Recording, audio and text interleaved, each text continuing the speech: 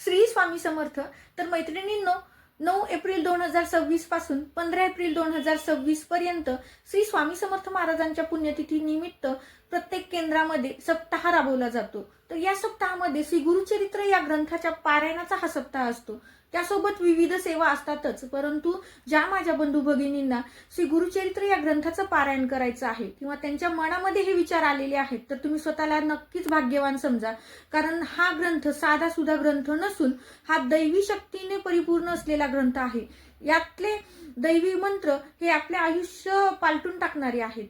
तर ह्यामुळं याला 5वा वेद असं समजलं जातं. त्यामुळे ह्या दिव्य ग्रंथाचं जर पारायण केलं तर तुमच्या आयुष्यातल्या सगळ्या समस्या दूर होतात. मग आता त्या समस्या कोणत्या?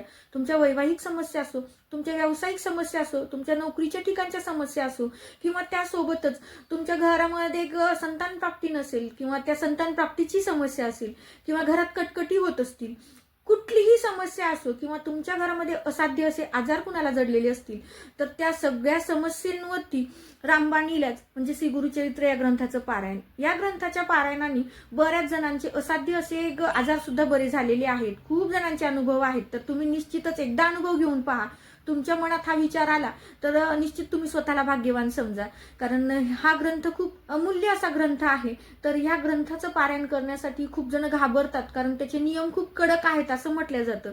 परंतु मी साध्या सोप्या पद्धतीने याचे नियम पाळून पारायण करते आणि त्या पारायणामुळं माझ्या आयुष्यात आमूलाग्र बदल झालेतच, पण तुमच्याही आयुष्यात व्हावेत अशी माझी इच्छा आहे. त्यामुळं कुठल्याही नियमांना न घाबरता तुम्ही पारायणासाठी बसा.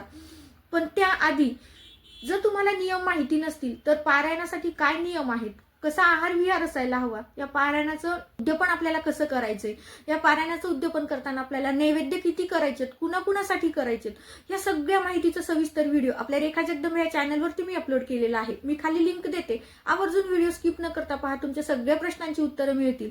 तुमच्या मनातून भीती गेली तर निश्चितच तुम्ही पारायणासाठी बसाल. त्यामुळं हा व्हिडिओ स्किप न करता शेवटपर्यंत पहा आणि आपल्या चॅनलवरती जर नवीन असाल तर चॅनलला सबस्क्राईब करायला मात्र विसरू नका.